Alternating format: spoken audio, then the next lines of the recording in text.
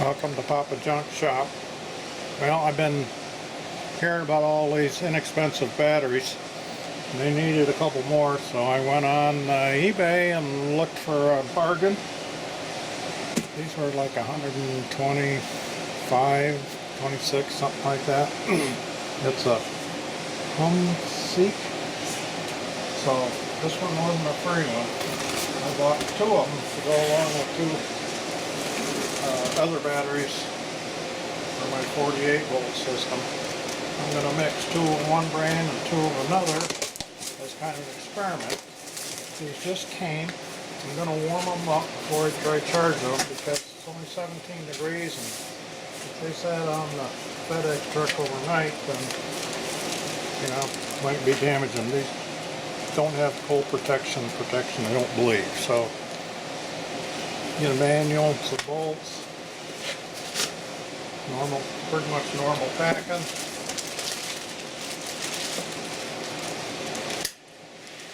think these are the Group 24.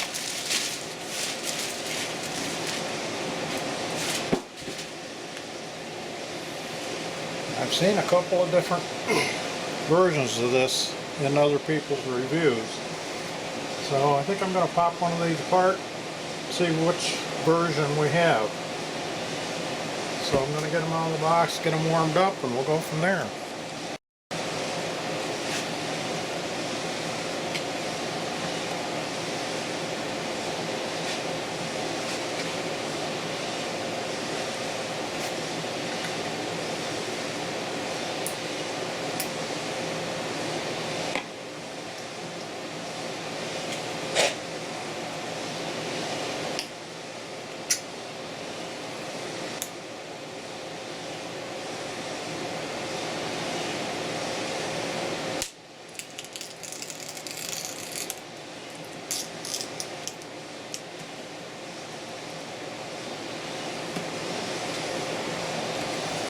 Okay, got them warmed up. I'm still trying to get the lid off that other one, so I brought this one out and put on my little 12 volt system to charge. We just happen to have sun today, so we're charging at, what, 24. It was just 30, so it's sun and clouds, so it was 13.17 volts.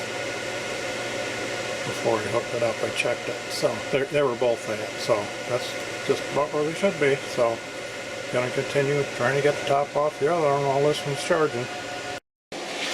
Now I think I'm finally winning the battle.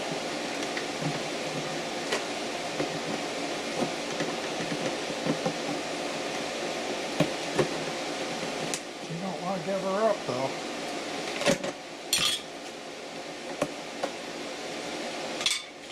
I got all my putty knives I own, and big screwdrivers, a couple hammers.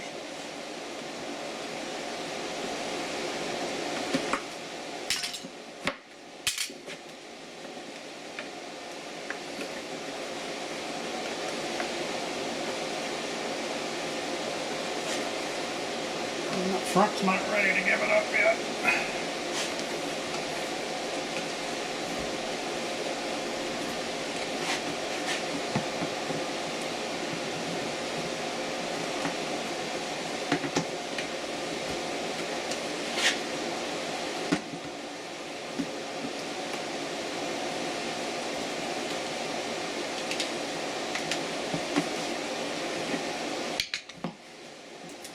Rubber gut that they put in there to seal it really works.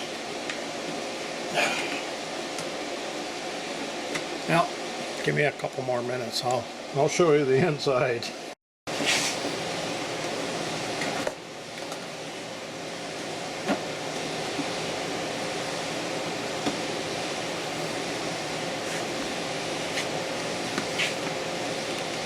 Well, there's what we got.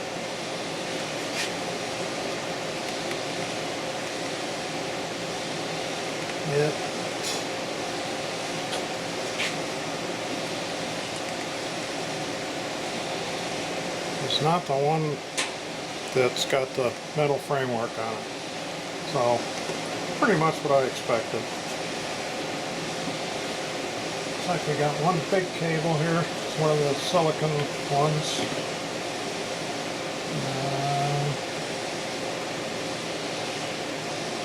It's a 6 gauge. We got double ones on the BMS that are 8s. So 1 6 here, 2 8s there, 2 8s coming from the battery. The BMS is not huge. Does have heat sink top and bottom, pretty thick.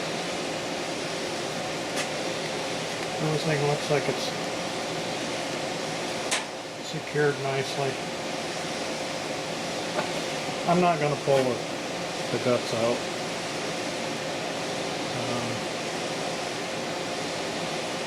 Bus bars do have expansion joint on them.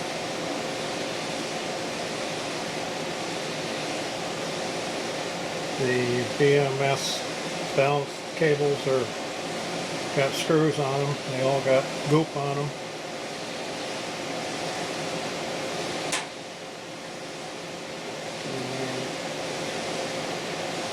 Looks like we got spacers, pretty thick ones in between each cell. And we got these bands tied around to hold it together. A foam box on the top. Well, I'll get this residue off of here and put some of my new silicone on there and put it back together. Now I know which version we got. I don't know a lot about these BMS things. I don't know if you guys can see that number or not. HSACTD TSS 241101 12100. So I'm assuming that it was May 24. That's probably a date 11/01/24, and this means 12 volt 100 amp. Just a guess. I don't know. So, all right. Get them charged up and then we'll do a capacity test. I've got my battery 20 amp charger charging it up. Take a look at the manual, see what that's like while we're waiting. Safety instructions. Their specifications for several of their batteries.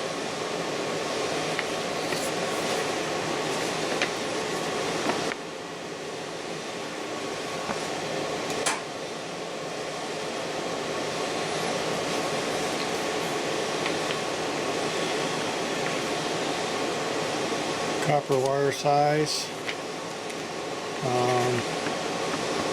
how to hook them up, series, parallel.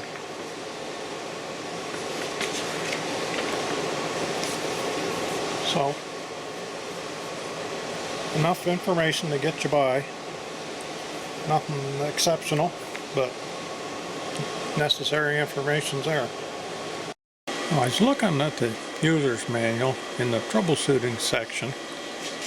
It says, if the charger is suitable, but the battery still cannot be fully charged, it may be due to fault in BMS. With a glove and some tools, you could open the top cap of the battery, take out the BMS board, and directly connect the cell's wires to the terminals.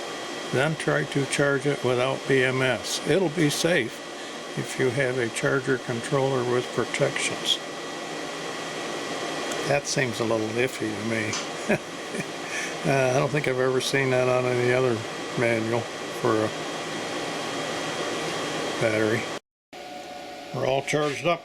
Got the green light. So I've got my 2000 watt MFU ZOP inverter we're going to use to do the capacity test. I got my shunt and everything all ready to go here, so I'm going to get it hooked up and I'll show you how we're going to go about it. Okay, got everything set up, I think. I got my shunts all zeroed out. We're setting at 14 volts. It's only been a few minutes since I took it off the charger. So, let's fire up the inverter. And I'm going to run another charger.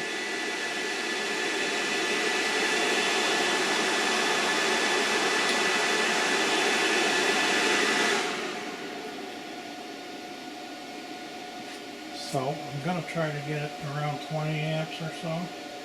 Let it run for a while. Then we're going to load it up to 100 amps or so. See how it does. This top is still loose because I want to feel in there and see if we get any heat generated at all. So the other charger's drawing, yeah, we're drawing 38 amps already. So I'm just going to leave it run at that for a bit. Then we'll plug something else in here and get it up a little bit higher. So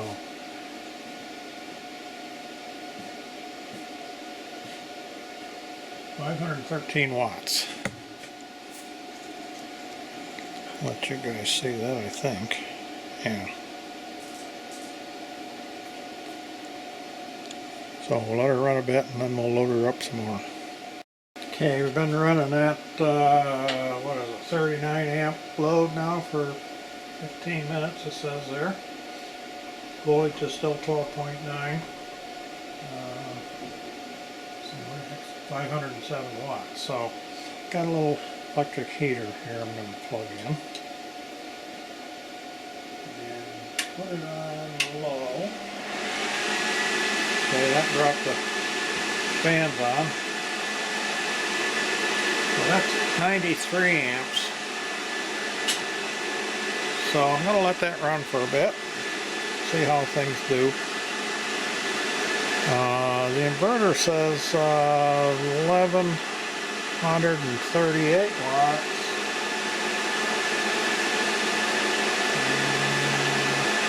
This says 1.2 kilowatts coming from the battery. Let it run for a bit and I'll tell you how temperatures are going. I felt the BMS inside the case when it was running to 40 and you could just barely feel just a little bit of warmth is all. So this might warm it up a bit. We'll see. Okay, it's been what? About 9 minutes there. We run it 99 amps, 98 amps. BMS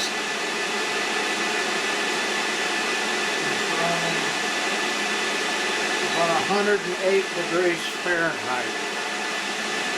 So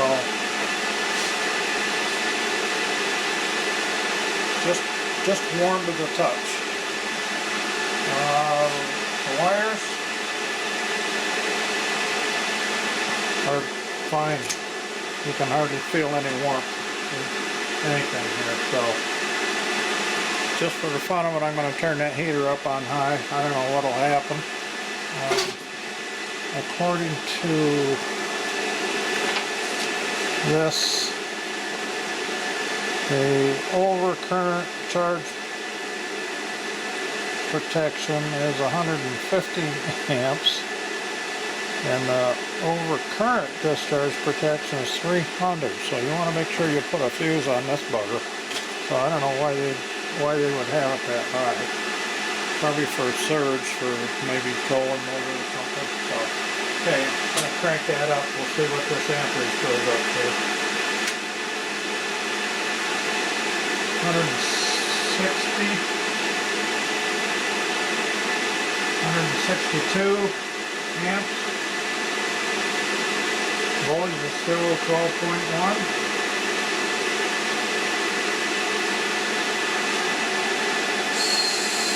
1,734 watts. According to that, 2.2 kilowatts there. So it seems to be handling it.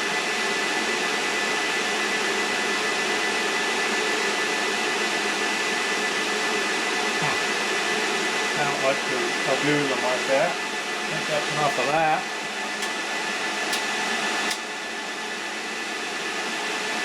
Okay, we're going to finish this test up with a little bit lower wattage, so I'll let you know how we make out in the end. We're back down to 42 amps now. I turned that heater off, so 507 watts. Now it's been 2 hours and 17 minutes. We got 101 ampere hours and 1290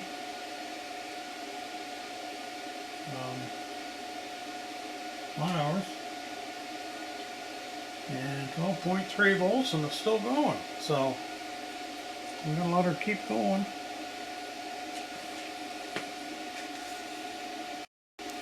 Well, we got 104 ampere hours and we're still at 12 volts. This little guy's amazing. The cheaper they are, the better they are, huh? I don't know if I'd go that far, but it's really performing well. There, just turned 105. Okay, the voltage is dropping now, 11.9. Well, while that's finishing up a little bit,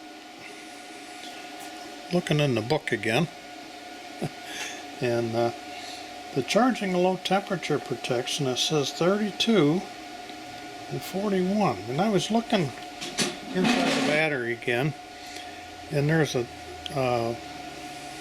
temperature sensor, and it's not one of the thermal switches, it's one of the other types. So it doesn't really say it has cold charge protection anywhere, but I'm going to put it out in the cold and see. It's supposed to get down to 17 again tonight, so I think I'll just set it outside, let her cool down, and in the morning we'll see if she'll take a charge. Don't know what to think. So 11.8, we're at 105. I don't think I need to go any further. It's plenty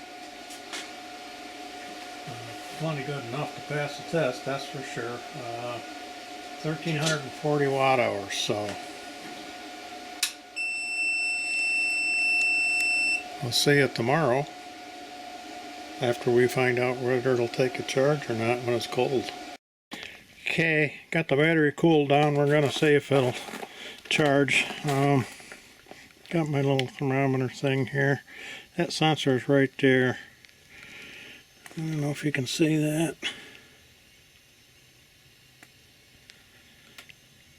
Minus 4 Celsius. Okay, so charger's down there. I'm gonna clip the charger on. Let's see what happens.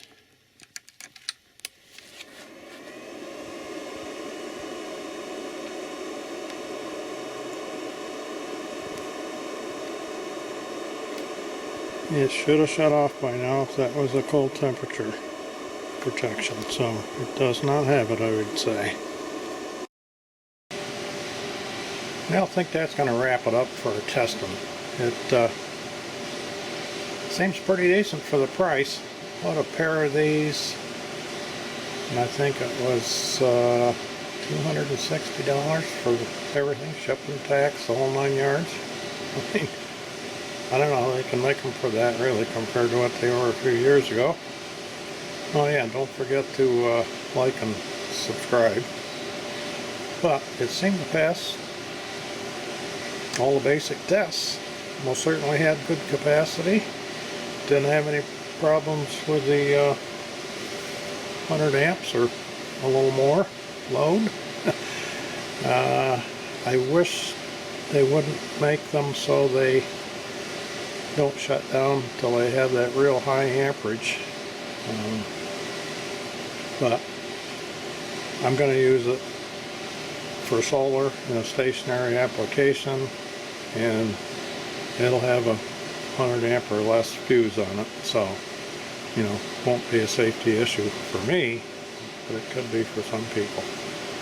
But otherwise, I guess I'm going to give this one a thumbs up, and we'll call this a video. There's one more look inside before I reassemble it. Anybody cares to take another gander. But thanks for watching. See you next time.